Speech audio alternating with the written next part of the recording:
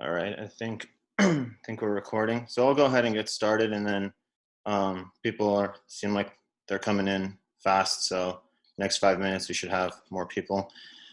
Okay, so this is episode 1 of talking to wholesalers, and this week we're talking about what do you do when you get a deal, you like the numbers, everything's looking solid, and what do you do next? How do you get those wholesaler interactions going? And really it goes to the point of this Zoom series is to really frame your mind into a way that's better suited for digesting all of the micromechanics that go into this business. So one of the most important things to understand is the concept of business management that this particular field is so known for. Because normally when we think about it, we think about, you do your outreach, you do your comps, you want to go chasing deals, and that's all good, but really the biggest part is the team. So the reason I wanted to do the Zoom series is because I talk to maybe 5-6 new wholesalers every single week, and they're all kind of coming across the same main issues, which is they're getting overwhelmed. They don't know how to get when stuff is locked up, they don't know how to find a buyer. Their act wholesaler flakes on them. They get some pieces of information but are missing others. And it's really comes down to being able to have a team that you can depend on. So I talk about what I like to call the trickle down approach to talking to wholesalers and to micro flipping, which is, a lot of people who you'll talk to, they'll tell you, I have a list of 500 wholesalers. I've been doing outreach for 3 months. I've got like 200 act wholesalers, 300 dispo wholesalers, 5,000 cash buyers. But really, like, even just think about cash buyers, right? If you have a large buyers list, can you right now really quickly tell me like the names of your top 5 buyers in like 5 seconds? It should be as easy as it is to name your top 5 best friends, or your top 5, or your like 5 of your family members. You should know these cash buyers. If you can't name 5 cash buyers, then you don't have a buyer's team. You just have a list of phone numbers and addresses. And the same thing is with your app wholesalers. So that goes back to when you're thinking about outreach. Outreach is awesome, and I have a video about outreach. And if you haven't seen it, I suggest you go see it. But we talk about the trickle down approach, meaning regularly you're doing your outreach, you're sending your 50 outreaches a day on Facebook, you're going up and you're doing the follow-up, right, with your wholesalers. But that's just a recruitment. That is not your business yet. That's you hiring people. If you think that, you have 10 act wholesalers, meaning you have 10, people listed in your Podio as wholesalers, or in your Google Sheets, your spreadsheet, you don't have wholesalers that way. That's a recruitment. So what do you do if you want to have a wholesaler in your actual team? You want to build a relationship with them, right? So what you do is you go ahead and you do that follow-up, that circular kind of weekly, bi-weekly follow-up with wholesalers. And as soon as they send you a good deal, that's their interview application. If they send you a deal that's in line with what your market supports, let's say you're in Atlanta and you have a deal that's, at 55% ARV, and everything checks out, the year built checks out, the comps, all that, and you like the house, then you're like, okay, this is where the interview with this wholesaler begins. Okay. So number one, so that's when they hand in the application. So now it's the interview. You like the deal, now what? You ask them a series of questions that are important in order to be able to move this deal to your dispo wholesaler or your buyer. And I think I can repeat this twice, the actual list here. Let me see if I have it.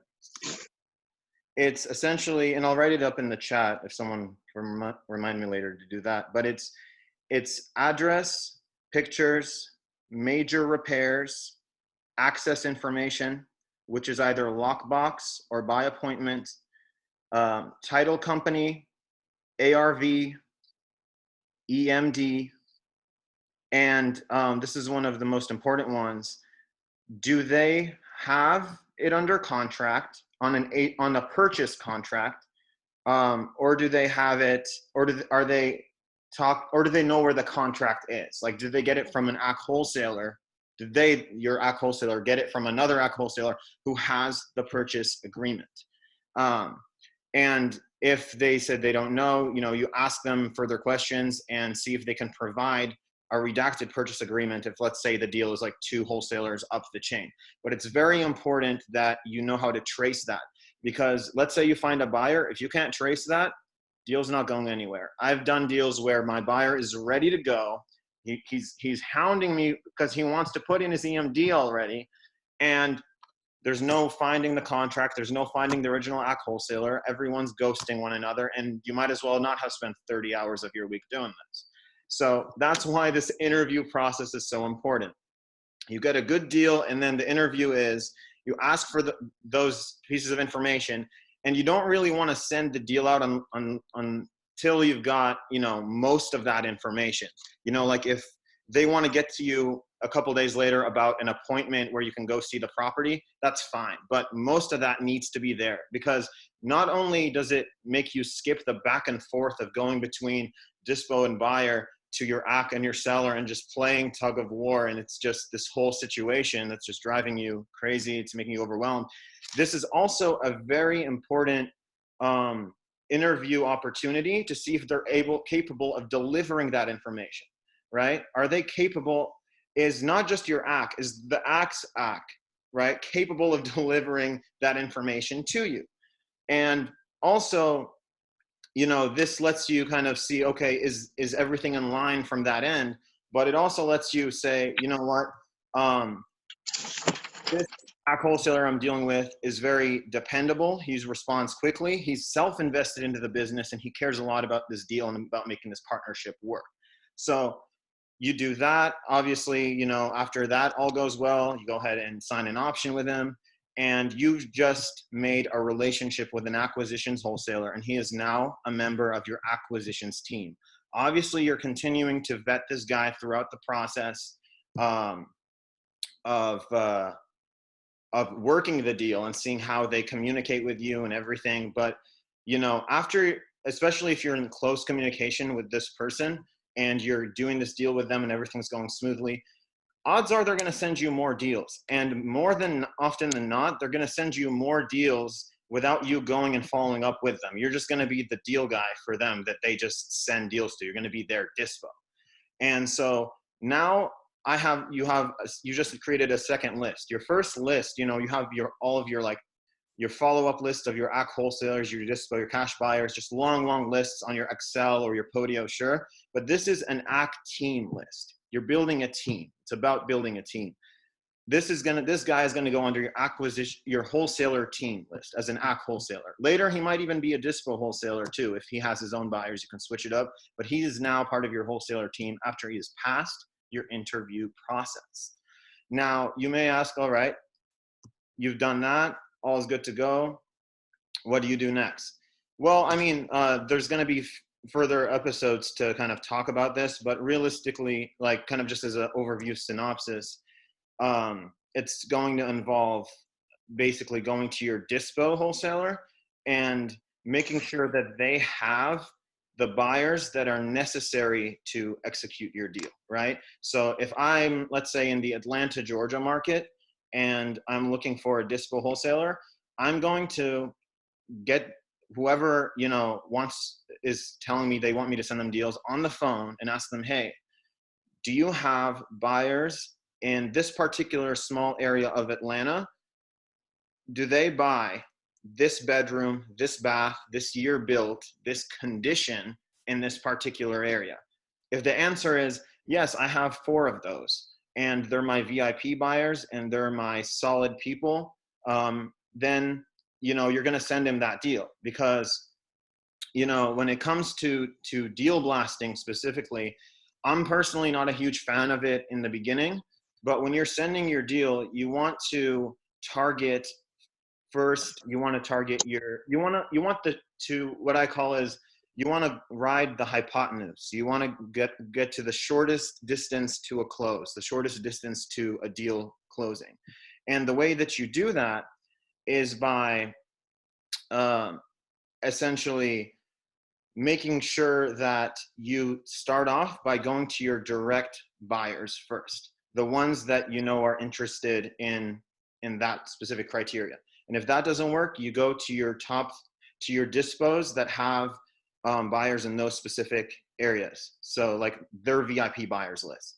And if you still can't get it to close, then you send it to your whole buyers list. And if you still can't get it to close, your dispo people each send it to their own buyers list. And you're slowly increasing the number of eyes that get put on the deal.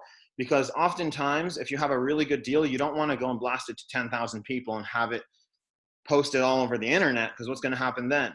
The psychological approach happens where people are like, I've seen this 4 times already. The deal must be terrible, and nobody probably wants it because it's been around so much and no one has picked it up yet. Or you're daisy chaining it because I've seen it so many times, I'm not interested. But sometimes if you have a really solid deal, you can go ahead and send it to a buyer, and in 20 minutes, they'll be like, I want it. What's access? Like, it's really not that simple. So it's really about slowly increasing the number of eyes on the deal. And that's what I do, and that's what's been working for me in terms of finding buyers. And again, these are all just a very procedural approach to micro flipping, because a lot of the stuff that gets kind of downplayed in wholesaling in general in the community is the concept of talking to other wholesalers and how important that is. You hear a lot about talking to distressed property owners and making sure that, like building great rapport with them. But really, when someone's sending me a deal and I'm doing my outreach, I don't care about the deal. It's one deal. I care about the wholesale. I care about a team member that's going to be bringing in lots of deals and closing lots of deals with me. And that's why more important than the deal is having that team member list of 4 or 5 solid app people, and maybe 4 or 5 solid dispo people, and maybe like 10 of your own cash buyers that are very targeted. This is a very targeted approach. And you can close 5 to 10 deals a month just with less than 20 people in your circle. I mean, it's about the quality of the interactions, not the quantity. Just from conversations with some of the fellow Astro flippers and some wholesalers that are not in the community, I can't tell you how many times I have run into people who would tell me they have, a list of like 10,000 buyers or like 500 wholesalers, but they feel like they've done everything they can to close a deal and to work it, but nothing's getting opened in escrow. There's no one's finding any buyers. It's because they're going from the top down approach. They get a really giant list and try to build their team through an already existing framework of names and addresses. And that's not a way to build a team. No company hires like that. People, when they hire, they go and they meet somebody, just one solitary person. They gauge their interactions with them. They see if it's going to be a good fit. And then they say, welcome to the team. And then, everything starts to become in line. Because when you're working a deal with an AC and with a dispo, this is a real operation that's happening. And everything in that operation needs to be working in order for it to succeed. And it's very important that we make sure that, because every scenario is different, right? You're never going to close a deal and that process is going to be the same and identical as the next deal that you do. There's always going to be something weird happening in escrow, liens, problems with the lender, back taxes, all of that. There's going to be so many different things at play at the same time that it's very important to essentially be very in close response with your team. And make sure you always get your team on the phone too. Like, it's important to, sure, when you can text a lot, but you want to be able to call your team members and have them be on call when you need them, especially in time sensitive situations. So I think was my basic summary for everything. And I mentioned the trickle down process of, having for those who came in late, having essentially like doing your outreach, and then the outreach is recruitment, and then when somebody sends you a deal, that's their job application, and you review that, ask them questions about the deal if they can provide it and they're willing to work with you, and you guys are actually vibing and are able to have those synergies, then you add them as a team member.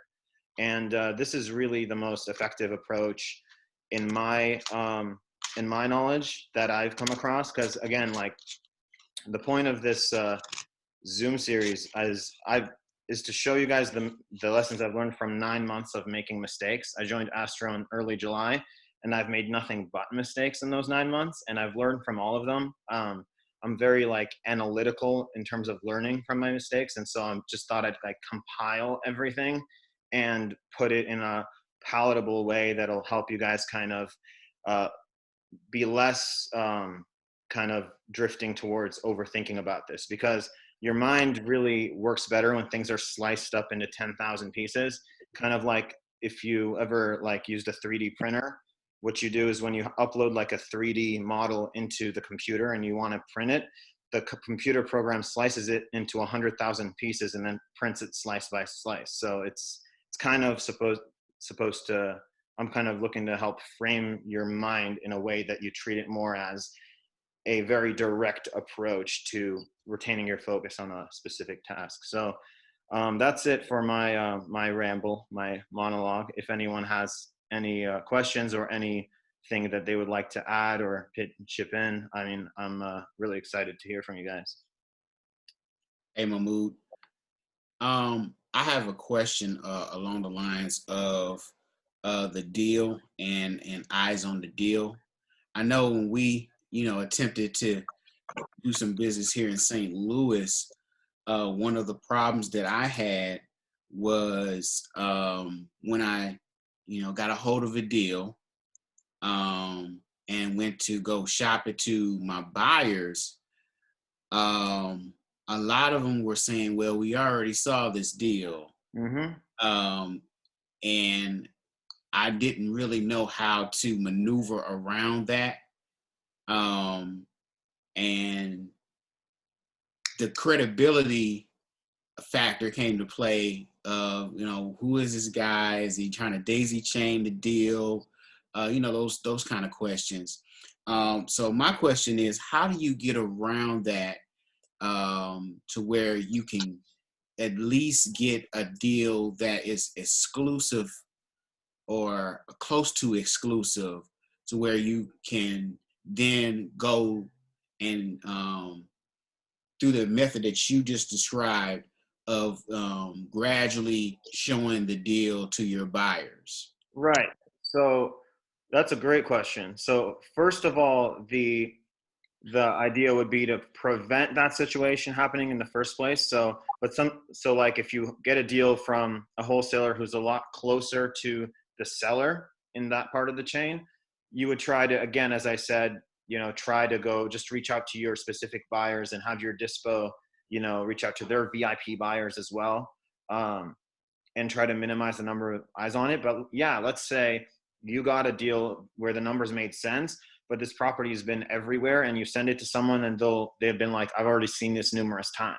So what you could do if that happens, this is an approach I started implementing, is tell them, especially if they're a cash buyer, right? You can tell them, okay, well, I would like to know if, let's say we had this contract.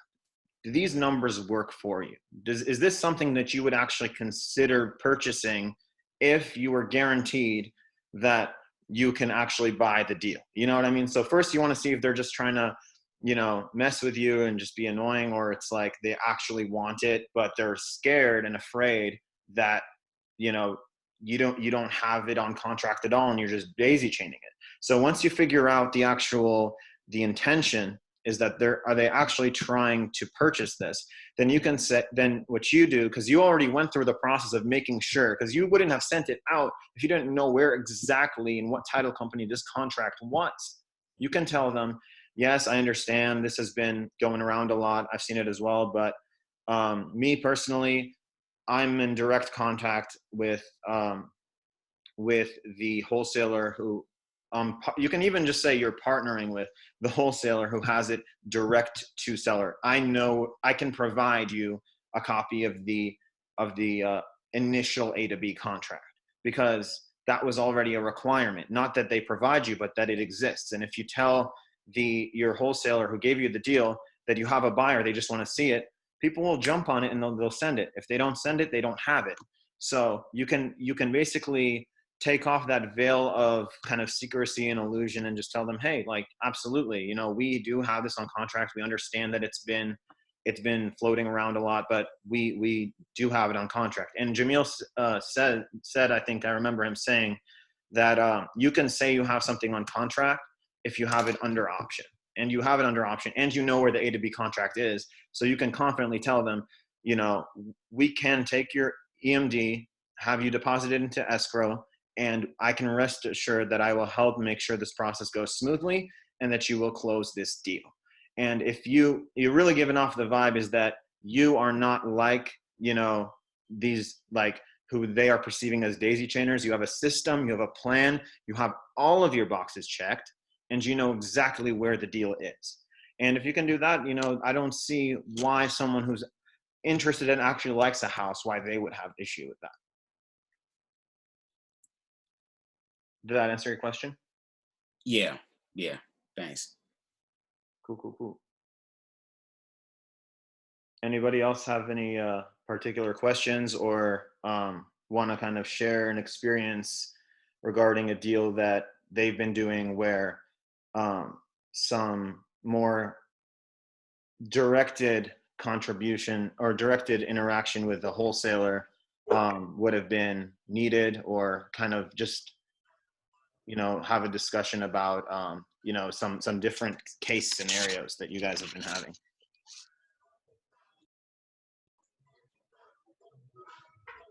Hey, Mahmood, it's Kimberly. Can you hear me? How you doing? I'm doing fantastic. Good to see you. Good, thanks. Thanks for doing this tonight. I'm excited about it. Of course, I logged in like 8 minutes late, so I missed half of your monologue, but I'm hoping you're recording it. So I am. Okay, cool. So I guess when I came in late, you said, you really need 5 good wholesalers to work with, on the act side and the disposition side, and like really know your buyers, and you don't need a lot of them. Yeah. So right now what I'm trying to do is build that buyers list. And so tonight I pulled PropStream, like a PropStream list of cash buyers.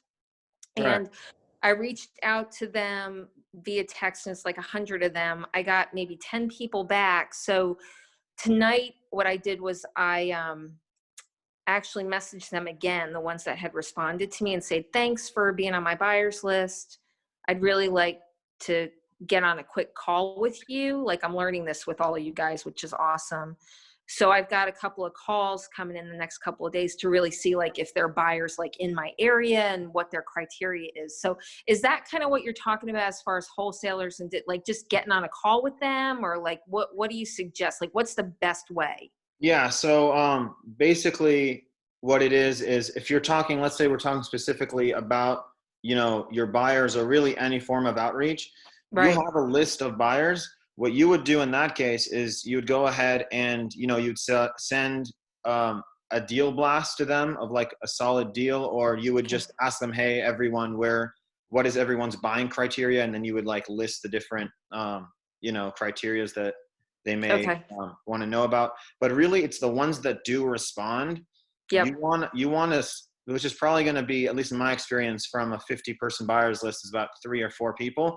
Get those people on the phone, figure out how frequently they buy, what specific types of properties and what locations they buy, and just say, hey, I come across deals a lot and I want to establish a business relationship with you, and, see if we can do some business together. And as soon as you get a solid deal, you send it to them, and then the ball starts rolling there. And then now you're creating a team member, and, you figure out if they pay all cash, or if they're providing, they're buying through a lender. You kind of get more of a scope of what that situation is, because once you get a deal, you can just confidently know that this person, they have a name, and this deal can be sent to them, and if it's a good deal, they will buy it. So it's really just making the process as simple as possible. But I guess maybe the first few minutes you missed, I was talking about the trickle down approach of outreach. Did you get that? I missed it, and I'll catch it. I don't want to waste anybody else's time, but just tell me real quick, like as far as wholesalers go, how do you kind of I mean, do you really look for the hustlers? Like how do you find these wholesalers? Yeah, so in the beginning of the call I said it's like outreach is like a recruitment process, and them sending you a solid deal, like when you're doing follow-up, someone who sends you a good deal, that's their interview application. That's their job application. Okay. Once they sent you that deal, you go ahead and you ask them all of the criteria that you need for that deal. Were you able to catch that list, or did you want me to? I think I know the list. Like, okay. I know what you're talking about. Yeah, and then if they're able to provide that, or if the act that they got it from is able to provide that to them, which assuming like if they weren't direct to seller, and you were able to get that information from them, all of it up front, that means you know that you can trust that they're going to be in good communication with you throughout the deal process. And if they know where that initial contract is, you're more likely to not run into problems when a buyer says, hey, I have EMD, what now? You know what I mean? Okay. So that's the general sort of approach. And then you add them to a new list called your acquisitions team members list, right? Okay. So that's because really once you have 5 acquisition team members or 5 disposition team members, you know, you're really solid to just start blowing through any good deal that comes, and the more you work with the same person on multiple deals, the more that synergy intensifies, and the more you guys are able to move stuff quicker. Because let me tell you, like, I used to think that the hard part of doing a deal was over when it used to be when I comped a good deal and like, you know, the numbers made sense. I was like, all right, that's it, we're closing it. But even later I was like, okay, once the buyer deposits EMD, we're totally fine. They deposited EMD, we're totally going to close this. That's actually when your problems begin, because the entire concept of having something in escrow is an organizational nightmare if you don't know how to have proper communication with your AC and your dispo.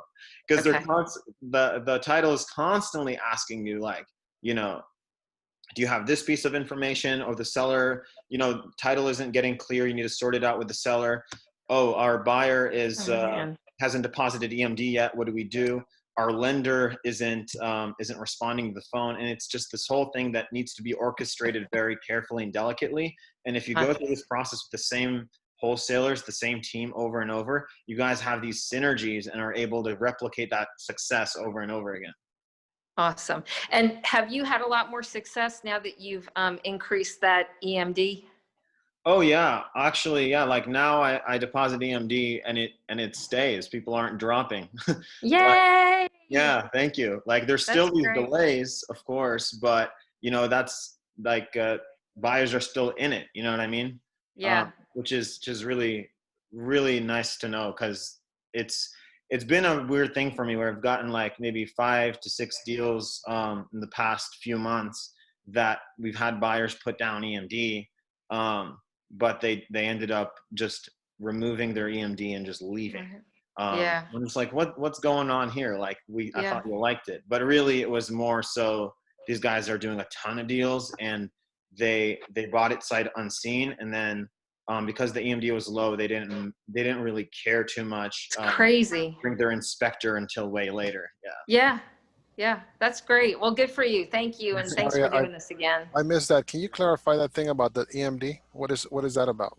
That's about so if you're a buyer, you know, you send a buyer a deal and they say they're ready to deposit EMD and they want the deal, they want you to send them an assignment, and the EMD is too low, like if it's 2,000, 2,500 or even less, what happens often is the buyer won't take it as seriously. Like they'll still kind of, oftentimes, it really depends on the buyer, but they'll oftentimes feel like, you know, not as motivated to see the deal through as though like, because they're committing only to 2,500 EMD. Whereas if you put down like $8,000 EMD, you're not going to put that EMD if you're not sure for a fact that you've done all of your due diligence, that you actually want that house.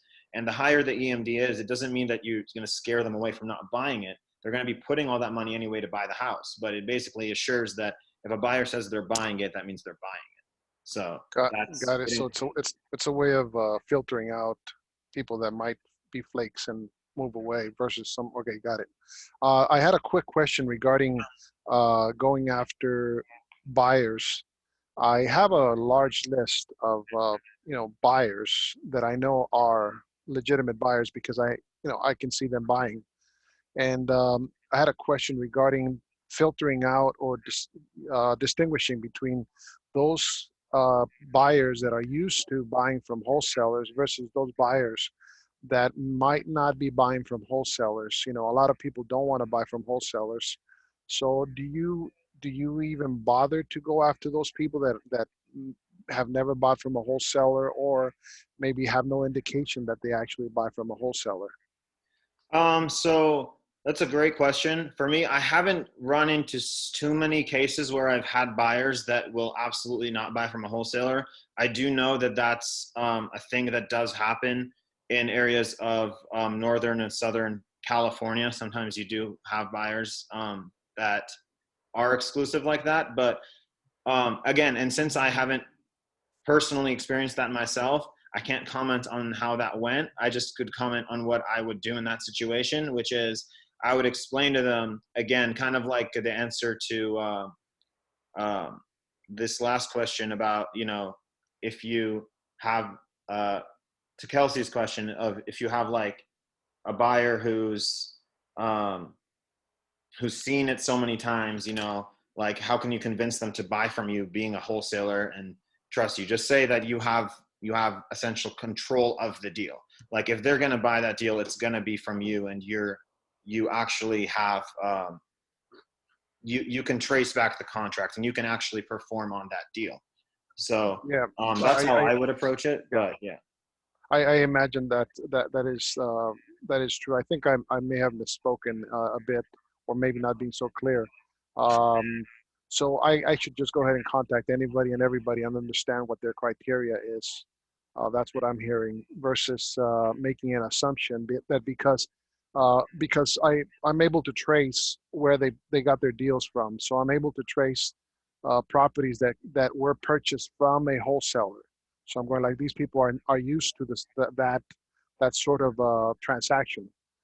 And by doing that, I was going to go after these people exclusively. But if I don't necessarily have to do that, I can go a lot broader than just exclusive people that have bought from a wholesaler. Yeah.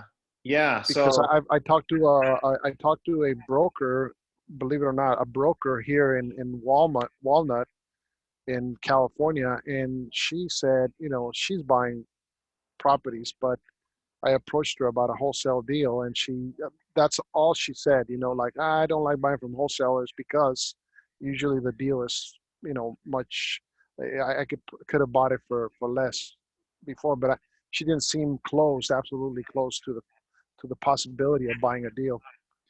okay, so you're basically saying like, how do you find like how do you find targeted niche buyers who are actually like Well, willing to what I work was with you? hoping to do is actually use your experience to see if you had that experience, and if you did have that experience, in this case, you might be able to say, you know what, go after those buyers regardless because it doesn't matter. Or if you told me, no, don't waste your time, then I would know. Okay, well now I will not get frustrated by going after those people that are, you know what I mean. Yeah, Sometimes we frustrate ourselves and we think that there's something absolutely wrong with us in our approach versus just simply understanding, that that set of people is a waste of time because of see, whatever. see So that that's what I was trying to figure out. yeah, for me personally, like if that were to happen, I would just move on, as opposed to just convincing them. Because I mean, you just said you have a giant buyers list, so it's more of the thing where it's like if I send a deal out to a massive buyers list and you have a bunch of people kind of replying, or you send an email to your entire buyers list and are asking them what's your specific, buying criteria, and they know you're a wholesaler. You're only going to get replies from people who work with wholesalers. And so instead of trying to chase one person, you put yourself out there and say, hey, this is who I am, and this is like what I do. What type of deals do you guys look for? And then you're getting all the wholesale friendly people just coming directly to you. And Yes. then from there, anyone who replies to me to any of these deal texts, I just get them on the phone instantly, or I message them and say, hey, how's it going? What's your buyer criteria? What do you buy? How often do you buy? And whenever you get a deal, you're just like, okay, you just match it. You connect the dots. It's going to be this guy. I never get a deal and send it to my entire list. I just look at all of the people who have ever responded to any of my buyers list tag emails with their criteria. I'm like, okay, so John and Dave are the only two people I'm going to send this deal to right now. Let's see what they say. They messaged me in like 3 hours most of the time, because they were the people who like immediately responded to the deal email when I sent it. So yeah, I guess the answer to that question is, for me personally, again, I haven't had that experience, but if I did, I would just, in my opinion, move on and just go and I was simply trying to figure out a shortcut based on your experience, since you've had much more success. The so I understand now the concept of basically hiring your wholesalers, right? The people that provide you with deals. I got it. That's a beautiful illustration. thank you. So I'm sending out all these applications, and the applications I get back, then I filter through those, and those are my candidates for interviewing, right? So I got Exactly. that. Yeah. So now, is that the same thing that we do on the disposition side? Do we also just simply blast out these deals, or we actually interview these people more carefully, like pick up the phone, get in touch with them, find out where they're buying, what they're buying, how serious they are about buying, and then this becomes more of an exclusive buyers list versus all of these other people that were sending out. Hey, I'm sending out all these applications for buyers. Who's interested?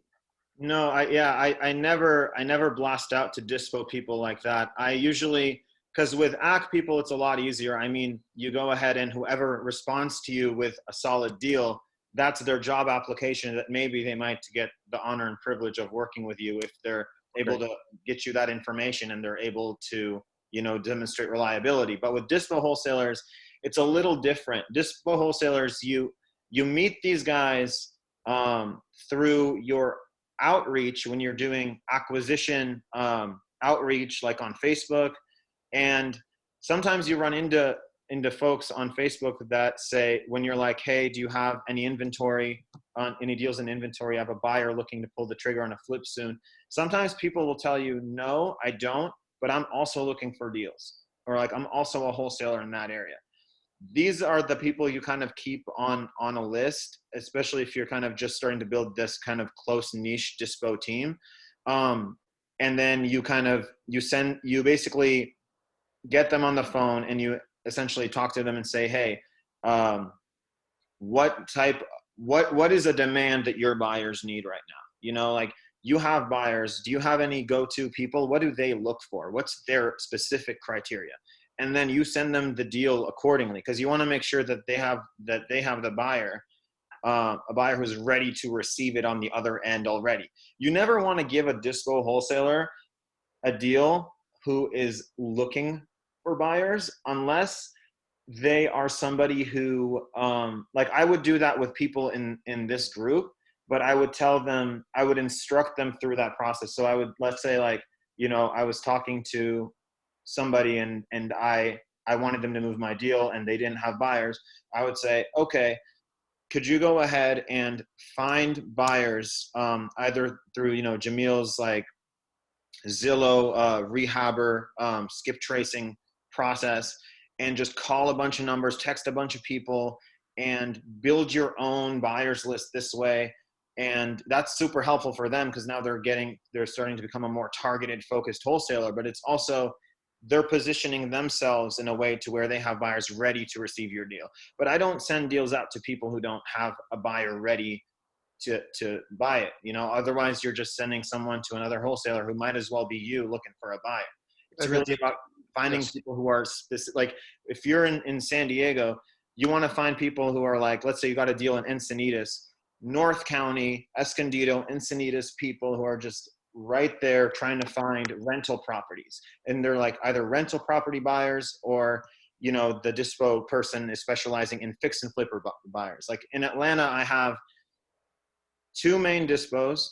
One is for fix and flippers in the Metro ATL area, and one is for rehabbers in the Atlanta area. I also have same thing, two more people for Cobb County, other places in Georgia, and I have one or two people who are looking for institutional portfolio owners, hedge fund guys around the U.S. that buy rental properties in Georgia. So you're essentially creating a team to where, like, you know, you get a San Bernardino deal, you send it to your San Bernardino dispo, and that's it. You don't have to worry about it once your team gets to that level of efficiency.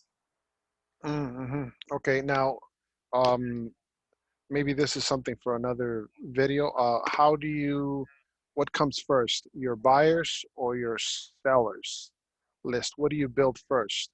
Yeah. I hear some people say, like, don't ever go out without having a buyers list, but then how then do you determine this is where I'm going to go look for my buyers list? What comes first, in my opinion, is having two or three solid acquisitions people. That's like everything. That's like 70% of the heavy work lifted in terms of assembling the team, right? Because that's more important than your cash buyers, because at that point you have a really solid deal that's sent to you because you have these people who are only really sending you their deals because they enjoy working with you. I mean, it's going to get to that point once you guys do business together. But I would say I would focus more on developing a number of acquisition team members, and then try and find, you know, two or three dispo people. That's the next thing, you know, who try to find a team of people who have buyers ready. And these guys are often buying 5 times a month, 2 times a month, what have you. But that's more important. And then the third level of importance for me is the direct cash buyers. And again, I'm establishing this scenario as if you're like a micro flipper, you know, like if you're going from AC to dispo. Obviously, if you're dispo heavy, the weight gets put more, the focus gets put more towards the buyers list. But if you're just a micro flipper, you want, you know, 5 or 6 up to 10 solid targeted niche buyers, just so that, you know, you can get more of the meat on the bone for yourself if you send it to them first and they grab it. Or sometimes the meat on the bone is so slim that you actually don't have enough, you know, enough spread to give it to a dispo person. Maybe there's like $3,000 on top of the price you got it from left, and you just need to give it to your buyer. But yeah, again, like this is really the point of when you're, I guess from how I see it, if you're trying to just do like 5 to 10 deals a month, that's really all you need. I mean, it seems like that. Like I have 10 deals going on right now. Half of them are on contract. Some are, you know, starting to get more buyer attention. And I can do that with just that many people. But if you want to, you know, start doing 20, 30 deals a month, obviously, you know, you're going to need maybe, you know, 10 solid AC people and maybe 20 cash buyers. But really it's about building a team as opposed to having lists of names. I guess that's the general. Absolutely. No, absolutely. I agree with that. At the end of the day, you know, there's a 80-20 rule, right? Where you're going to waste a lot of time on 80% of whoever, and the production comes from about 20% of a group, any given number. Great. Listen, thank you very much. I really, really appreciate this. This is so generous. Absolutely. You know, I really, really, really appreciate it. Thank you very much. Thank you, man. Absolutely. Tommy, you raised your hand. Did you have a question? Oh, hey, can you hear me? Yeah, I can hear you. Okay. First of all, thanks for making this, like, just breaking it down. And I think we get so caught up in trying to make this hard, and really, like you're saying, you just need a few people on both sides to make it work, really. My question is, say you get a deal and the numbers work, but you find out that this AC person doesn't have a direct to seller, then what? what do you do next? So the numbers work, and the AC person isn't direct to seller, or like, because Correct. Yeah. He's not direct to seller. He's on the chain too, I guess you could say. that's totally fine. I would even tell them, because sometimes you don't want to, have, wholesalers obviously bluff to you and say they have it on contract because they're scared of you not wanting to move their deal. You want to say like, do you have it on, are you direct to seller? Actually, don't even say direct to seller, because some people will take that literally and not have an A to B contract with the seller and be like, technically I'm direct, I just haven't locked it up yet. It's like, do you have a purchase contract with the seller? But if not, Okay. do you know where it is? That's really the kind of dialogue you want to have, because if there's like if he got it from a guy who's direct to seller, but he is able to tell you all of the information that, we discussed and bring that to you, that means he's in on the deal, and he knows what's going on. And if he can provide a redacted purchase contract, an A to B contract, then I would still consider that a deal. I would start asking, I think I would always ask for a redacted purchase agreement if I'm talking to an AC who got it from an AC who got it from an AC. If it's like 3 other wholesalers, I would ask for that.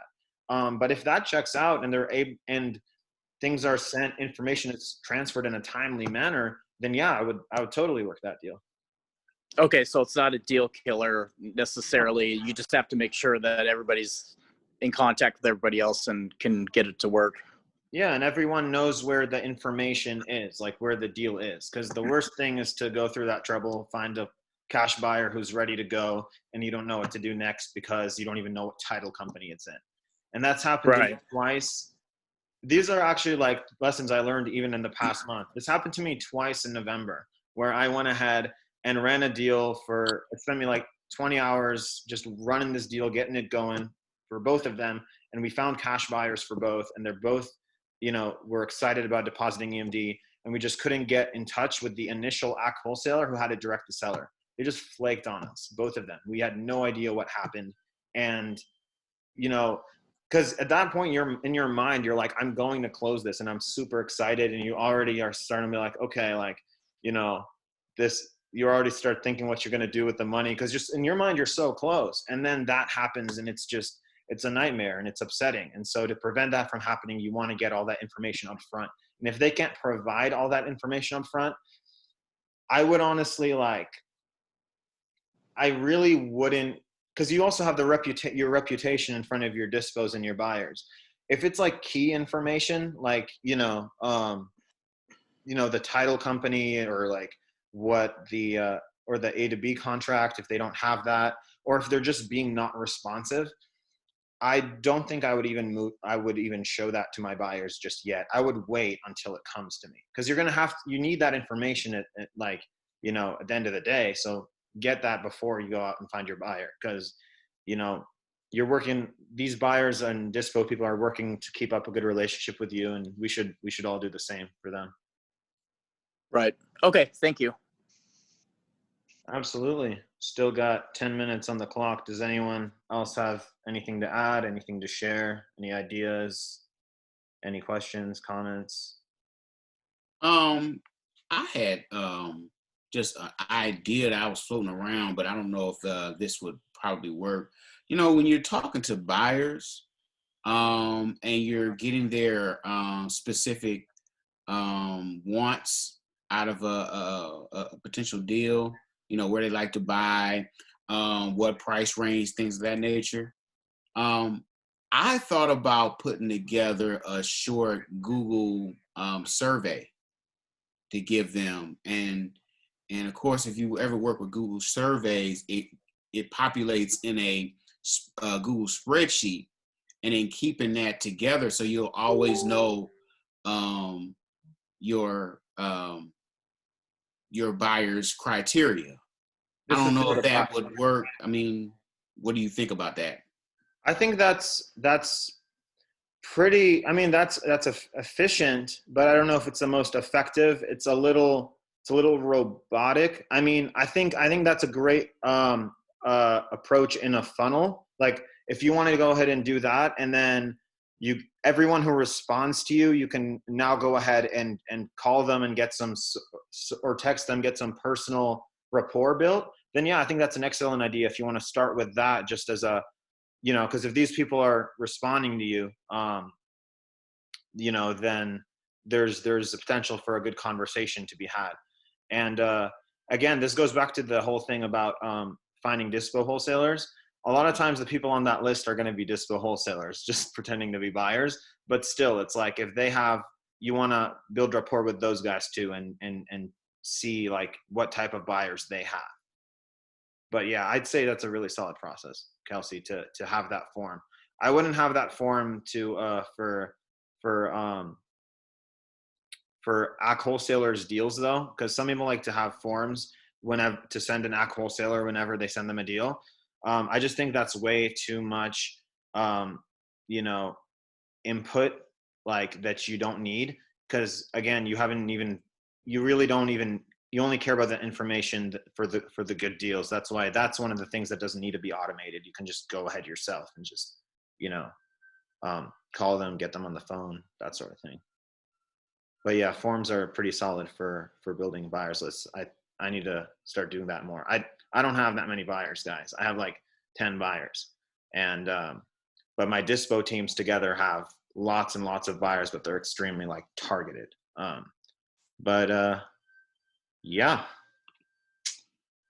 This is awesome. By the way, thanks for being a go-giver, man. Dude, of course, man. I mean, realistically, like, I'm doing this just because I enjoy it. It's a lot of fun. I already talked to you guys like a lot throughout the week, so I was like, okay, let's get everyone together and kind of share ideas. But yeah, it's always a pleasure. If I just want to say, Mahmoud, thank you for putting this together, man. It is providing a lot of value, man. I'm new to the Astro Flip community, and what you provide, the content that you provide is definitely something that I need, as I'm still trying to weave my way around it and trying to wrap my brain around everything and trying to put it into place. So I appreciate that. Yeah, man. Thank you so much. I appreciate it. And welcome to the group, man, since you're new. It's great to have you. All right, thanks. I do have one question, Mahmoud.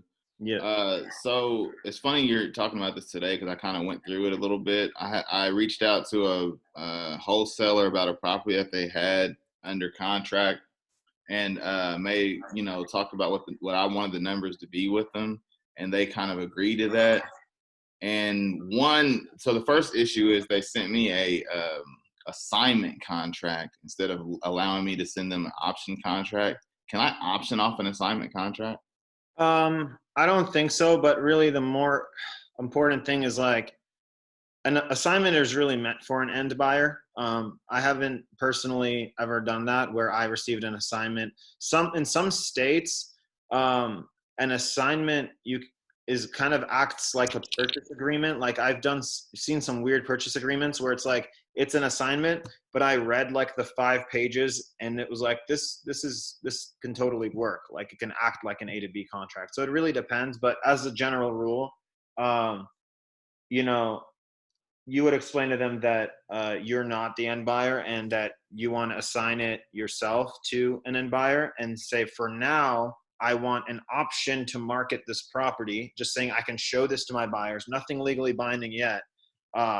And then when I find that buyer and they deposit EMD, I'm going to come to you. I'm going to do an assignment with you, because that option gets converted into an assignment, and then you do an assignment with them. It's just so that you don't tie yourself into anything that you don't need to be tied into before the buyer comes in with the funds. Okay. And I think the one lesson that you've been talking about today that I learned from this situation was basically, as part of the assignment thing that she sent me, well, basically it says that you're agreeing to the original A to B contract. So it's like, well, I've not even seen the A to B contract, so I can't sign this. So then I asked her for it, and I haven't talked to her for the rest of the day. So I'm not sure what's going to happen there. Yeah. Again, it's almost like, because we all understand that this process of asking this information and going through it, you know, if there's legitimately an A to B contract and they have ties to it, they should be able to provide you with anything you need. So I would never just be like, okay, it's fine to anything, because at the end of the day, you know, if they're actually qualified to do this deal with you, you should have all of this and they should be able to sign an option with you. And it just prevents further problems down the road. And, you know, it's really more about not you getting to work with them, but them getting to work with you. So it's like, I always talk to someone, a new wholesaler, like, okay, like, are you a good fit for this transaction and for the level of high achievement that we're trying to do? And so, you know, that's why making sure you have all of that information is very critical. And if they don't provide it, then that deal is probably going to be a headache anyway, and you can go find another one. So that's how I look at it.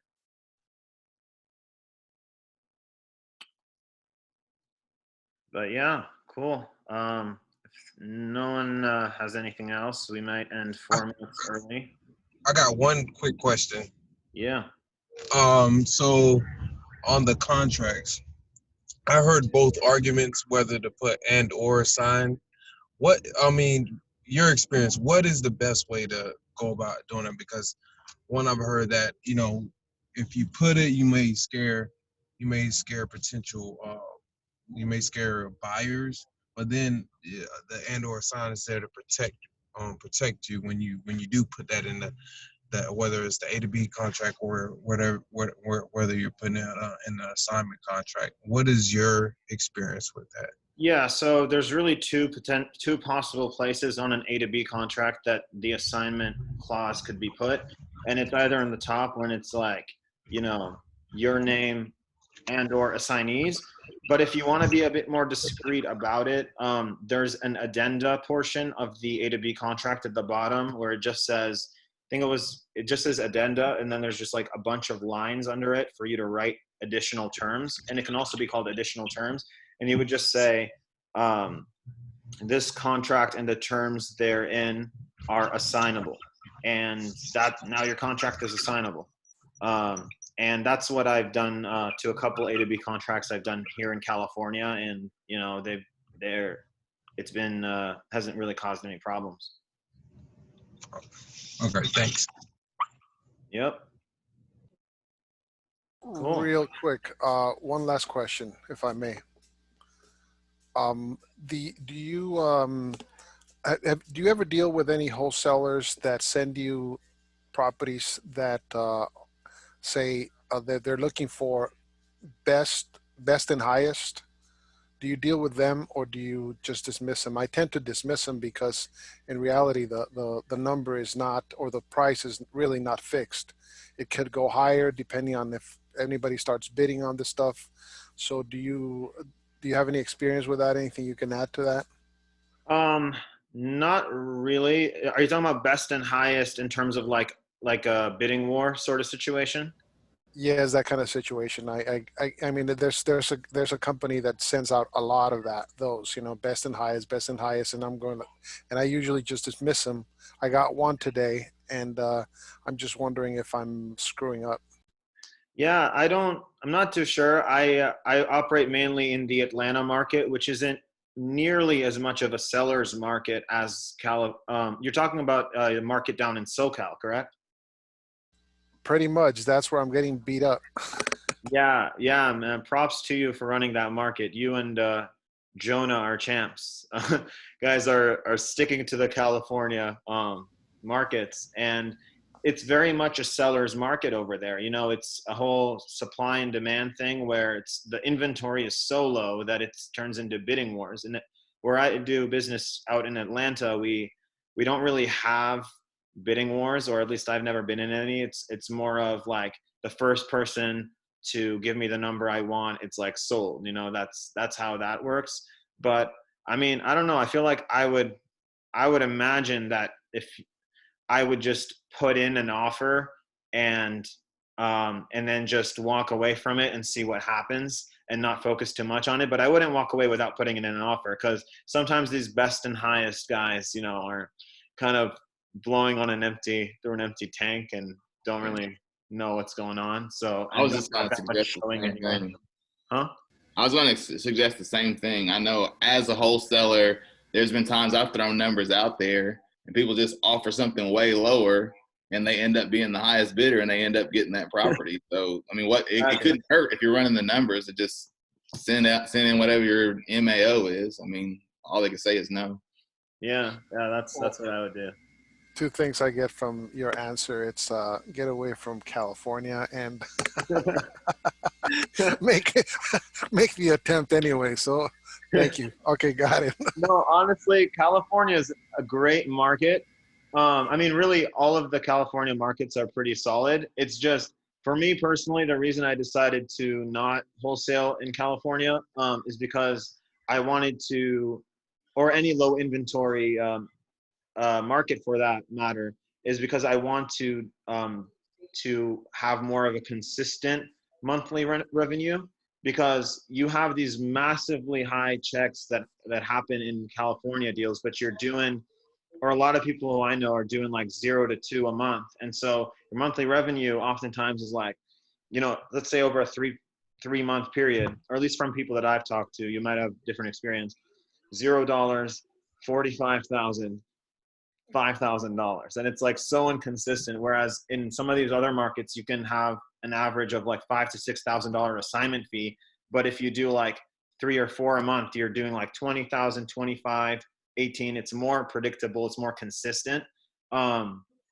At least in the Bay Area, because in the Bay Area up there, that's kind of how it looks like. But yeah, I mean, it might be cool if you could explore maybe having a virtual market as well, like a California market and a virtual market. That's where you can look at any California deals you do as a bonus, as opposed to like a standard, monthly income.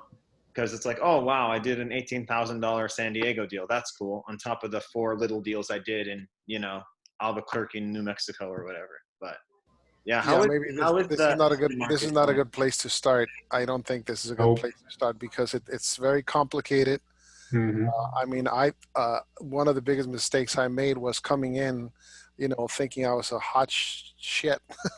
you know, Having had my experience, the experience that I have, having been licensed, understanding comping and all that other stuff, and it's like I'm just getting my butt kicked. Oh my And lord. so and so for someone that is just coming in here, I mean, I take my hat off to anyone that is new that is coming in and locking up deals, because I'm also very analytical, and I think that plays against me sometimes, where I see a deal and I just dismiss it. But no, I think I would be much better off going virtual. Uh, that seems to be much more consistent. California is probably, I don't think it's uh, a place to start for, especially if you're new, It's because not a it's going to beginner's be very market. puzzling. Huh? Yeah. It's not a Here, this beginner's market. no, No, it's not. I don't think so. The sellers over here in San Diego, they will play you like a fiddle if you just let them. They are hardcore because they just Wow. experience all the kinds of realtors and wholesalers that you can imagine. So once you get a hold of them, they'll eat you alive. A lot of these do, or at least my last Yeah. experience was like that. But hey, I mean, it's good to just have that pipeline running in California, on the side, and then just try and pick up another market. And when you do get a deal in California, you look at it as a bonus, as opposed to, Yeah, for this is my sure. paycheck. But just if anybody here is in California, or just to, as a mean of information, not so much to discourage. Just today, I spoke to my best buyer, and I talked to him, and we had a little bit of a chance to talk more about what he's doing, and he says he's completely out of LA. He's not even trying in LA. I mean, if he gets lucky, and he's doing direct, marketing. He's got, what do you call it? He's got his websites going. He's got his, texting going.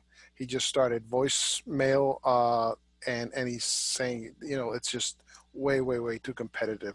Yeah, it So, is. and this guy just didn't start yesterday. He's been around for a while. Wow. So anyway, just don't be discouraged. Don't think that then. I guess that's what I'm trying to say to anybody that may be trying to do business in California. There's nothing wrong with you. The market is just very tight, and it actually beats everybody up.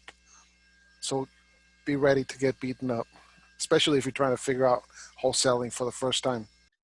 Yeah, and I would encourage anyone to, if you're still looking at, a market to pick, just to do your research and select one that has more consistent deal flow, whether that's, Jacksonville or any really of the Keighley markets, because they've done their market research, and because in those markets you get more deals like on the table all the time, and so you have more chances to learn every week, and the more deals you look at, the more scenarios you throw yourself in, the more you're going to make mistakes and learn from. So that's just my advice to anyone who's just starting out and trying to figure out some place to learn.